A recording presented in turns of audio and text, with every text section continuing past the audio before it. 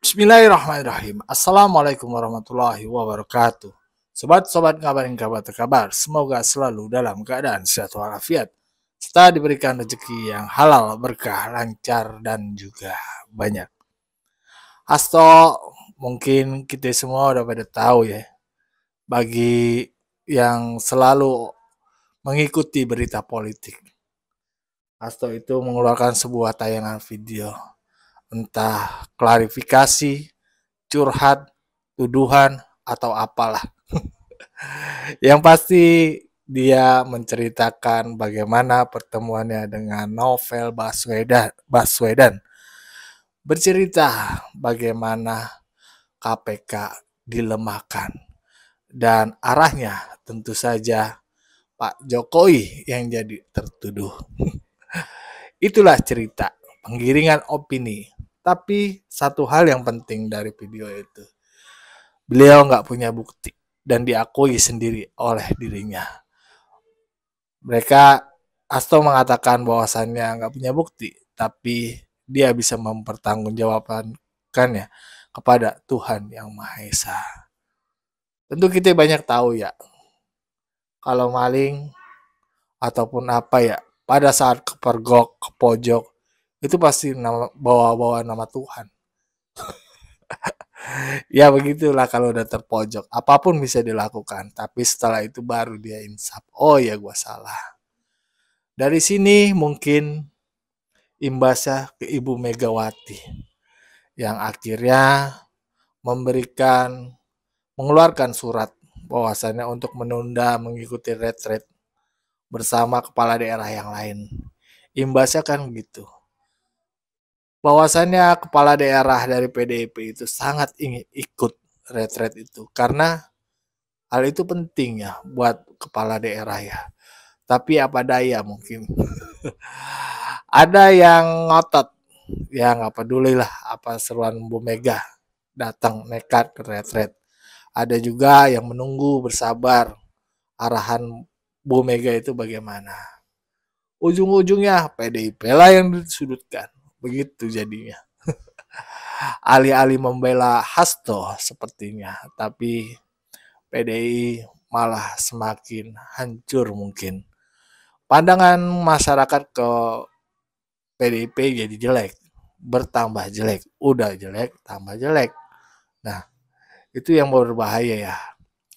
Bukan berbahaya artinya PDIP itu nggak bakal mampu atau nggak peduli hal itu. Tapi ini kan pandangan masyarakat ya. Apalagi ketua umum PDIP itu Ibu Mega, mantan presiden, yang tentu saja seharusnya bisa membedakan mana kasus yang harus dijalankan hukum oleh kader-kadernya. Kalau misalkan ada indikasi atau dugaan hukum, ya udah biarin aja berjalan. Sisi lain, beliau juga seharusnya lebih tahu lah, lebih paham dari kita-kita ya kan. Kalau kepala daerah itu ya tugasnya untuk masyarakat, untuk bisa memberikan yang terbaik buat masyarakat dan berhubungan baik dengan semua stakeholder pemerintahan pastinya. Dan itu penting ya. Jadinya seharusnya Bu Mega itu bisa memilah lah ya. Karena kita semua tahu lah banyak orang sayang sama Ibu Mega, apalagi kita nggak boleh menghilangkan perjuangannya Ibu Mega pada saat beliau melawan pemerintahan Orde Baru kala itu. Tapi waktu pun berjalannya, mungkin semakin tua atau pikirannya, instingnya berpolitik itu berkurang, bacaannya berkurang, kita nggak tahu, ya kan. Tapi yang pasti kalau gue lihat gara-gara Hasto, ya Ibu Mega itu sangat membela Hasto. Jadinya mungkin PDP terpuruk dan kader-kadernya lain pun terlihat jadi jelek di mata masyarakat ya.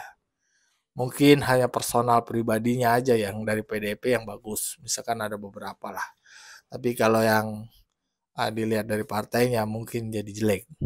Tapi itulah penilaian masyarakat. Di satu sisi ada yang senang dan juga ada yang tidak. Bahwasannya banyak juga yang membela kebijakan perintah Bu Mega ini. Salah satunya yang mungkin pengamat yang terkenal nyinyir ya, Bung Ray Rangkuti dan CS-CS-nya. Ya, tapi kita kudu hati-hati lah sama opini masyarakat, terutama video Hasto menurut gua sih emang udah disiapin sama Pak Hasto kalau ini ada apa-apa. Tapi ini bukan bom waktu, itu cuma cerita, hayalan. Kebenarannya ya ada sedikit. Mungkin kita bisa jadikan patokan ya, kalau Pak Hasto itu pernah di depan wartawan itu ngasih tahu sebuah rahasia pembicaraan katanya. Tapi ternyata itu pidato Pak Jokowi. Aduh, ya ini ada video dari Sylvester ya. Yang menurut gua sih ini menguliti Ibu Megawati ya gara-gara Hasto. Gara-gara Hasto. Udah Pak Hasto, udah kalau udah hukum ya udah bilangin Bu Mega tenang aja saya jalanin dengan baik ya kan. Udah urusan ini Bu Mega mau saya ikut-ikutan. Saya tanggung jawab. Begitu. Itu Pak Karno baru. Pak Karno maju itu di penjara gara-gara ngelawan penjajah. Berani. Bukan karena ya itulah KPK kan sudah memberikan bukti ya. Bagaimana menurut sobat-sobat? Mari kita simak saja video dari Bung Silvestre. Let's go. Saya sengaja membiarkan Bung Silva bercerita ke sana kemari dulu ya kan, karena menarik juga ceritanya. Nah, kembali kita ke masalah bagaimana sikap dari Pak Jokowi sendiri dengan tuduhan-tuduhan yang sepertinya sudah ditahan padahal, ya kan, sudah diborgol malah tangannya, tapi tetap berteriak supaya KPK memeriksa keluarga Pak Jokowi.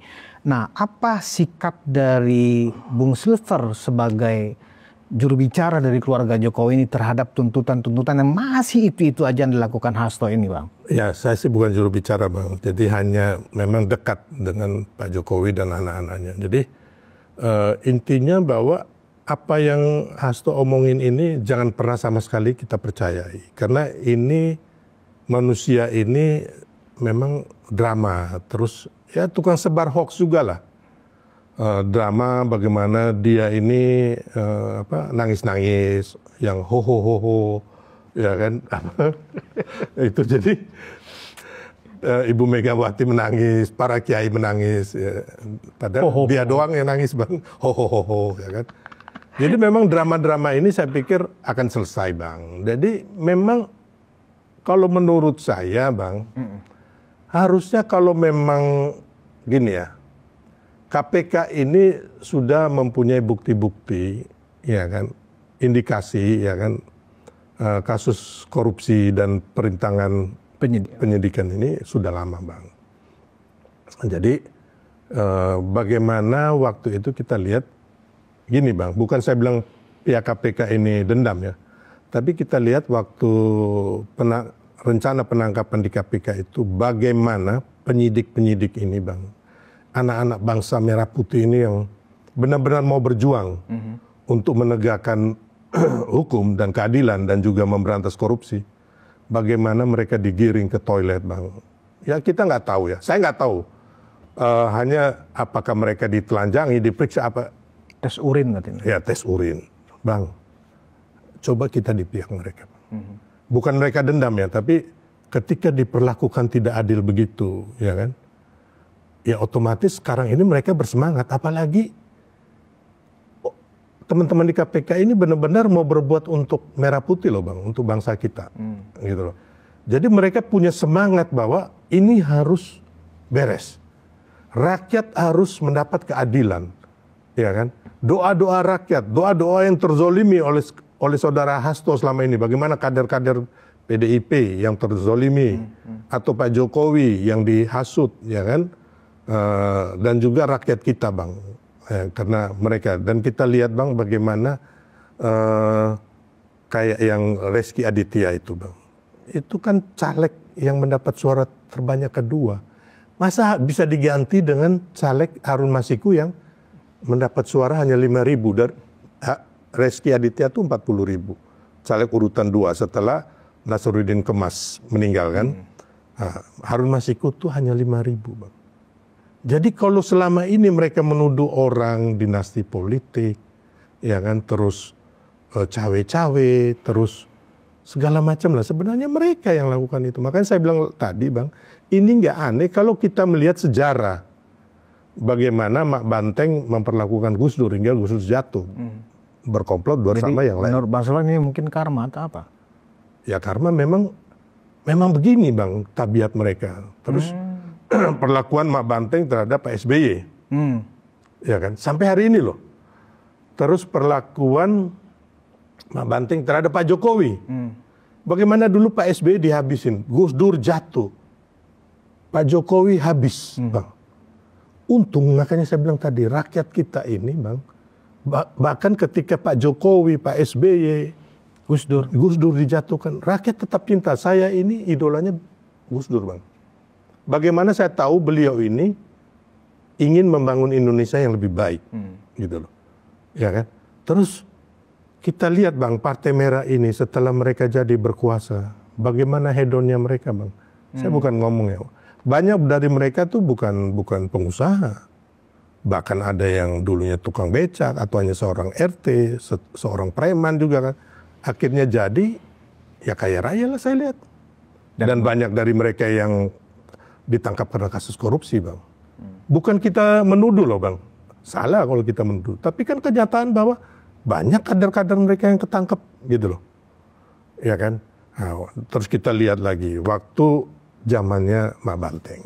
Ya kan? Selain Gus Dur dijatuhkan. Bagaimana Indosat kita dijual, Bang. Ya kan?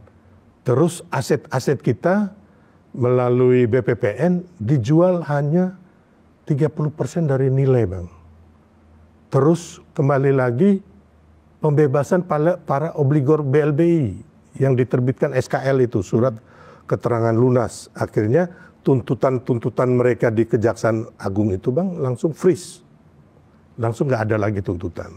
Terus bagaimana kita lihat penjualan gas alam tangguh di Bintuni yang waktu itu hanya dijual $3.000 per MMBTU, Bang. Nah, ini yang saya bilang tadi, banyak hal yang sebenarnya kita ini, bangsa ini dihancurkan oleh mereka gitu loh. Nah, sekarang ini bagaimana lagi? Pesan apa sebenarnya yang ingin Bung Silver sampaikan? Hasto ditahan, ya kan? Pak Prabowo yang mereka serang, gitu loh. Dengan tidak hadir di retret. Tapi kan sekarang sudah datang. Adu domba, ya apapun itulah, Bang. Apapun itu. Berarti mencoba bergening sebenarnya kemarin. Ya kan bergening. Tapi hari ini Pak Prabowo nggak bisa dibergening, Bang. Ya kan peresmian Danantara, berdiri tegak, senyum. Pak Prabowo didampingi dua presiden terbaik di Republik ini, Pak SBY dan Pak Jokowi. Jadi saya hanya mengatakan kepada bangsa kita, rakyat kita, marilah kita sadar, ya kan, dan jangan terkecoh dengan adu domba ini, ya kan. Kita lihat kemarin teman-teman adik-adik kita, ya kan, saya juga nggak jelas di tuntutannya apa. Sebentar, Bung. Hasto dan PDIP karena tetap akan melakukan perlawanan terhadap kasus yang menyebabkan Hasto ditahan ini, karena masih dipandang sebagai ini adalah kriminalisasi terhadap Hasto. Mereka masih punya katanya bukti-bukti yang masih disimpan oleh Koni Rakun ini di Rusia itu dan akan dikeluarkan satu persatu. Apakah ini siap untuk dihadapi oleh Pak Jokowi? Misalnya kalau memang itu dokumen yang terkait dengan kejahatan atau kasus-kasus korupsi keluarga Pak Jokowi. Apa yang Pak Jokowi mau siap, orang nggak ada apa-apanya itu. Jadi harusnya kan gini, Bang. Saya nggak yakin itu ada bukti-bukti atau dokumen 100% itu. Saya yakin nggak ada. Yakin nggak ada ya. Ya kan, karena gini, Bang. Harusnya kan bukti-bukti itu, Bang, di launching sebelum Hasto ditahan. Tujuannya? Ya supaya bahwa ini banyak nih pengalian isu ataupun banyak orang juga yang korupsi, ya kan? Ataupun apalah bukti-bukti yang, makanya kita bingung, Bang. Bukti-bukti ini kan hanya novel-novel emang udah dalam bentuk novel-novel hayalan atau fiksi-fiksi hayalan, atau nggak ada sama sekali gitu loh. Satu lembar bukti pun tak ada gitu loh, Bang. Karena kan kemarin baru yang dirilis kan opininya Hasto lagi deklamasi depan kelas, Bang, gitu loh. Bukan bukti, kan bukan itu, Bang. Iya. Yang kita perlukan, ya kan, Bukti di Rusia itu segeralah, hai Koni Apem, ya kan, Wine, rilislah gitu loh. Biar saya pun menunggu, Bang. Iya. Abang menunggu, Bang. Betul. Ya kan? Karena menunggu. kita juga penasaran, Bung Iya. Sil. Kalau betul itu dokumen yang isinya katanya kejahatan dan seterusnya, ngapain dibawa ke Rusia? Kan salah alamat itu. Harusnya Harusnya bawa ke bawanya ke KPK, atau bawa ke kejaksaan, atau lapor ke polisi. Ya kan karena begitu. memang nggak ada, Bang. Hanya pengalian isu. Harusnya kalau saya nih, Bang, ya kan, benar-benar tim, tapi memang susah, nggak bisa ngelak, Bang. Ini apa yang kau tabur, Tuhan udah menunjukkan akan kau tuai. Bukan kita, Bang. Ini udah yang berbicara ini, Bang, yang melakukan ini semua Tuhan kalau menurut saya. Bukan hanya sekedar teman-teman penyidik di KPK. Gitu loh, Bang.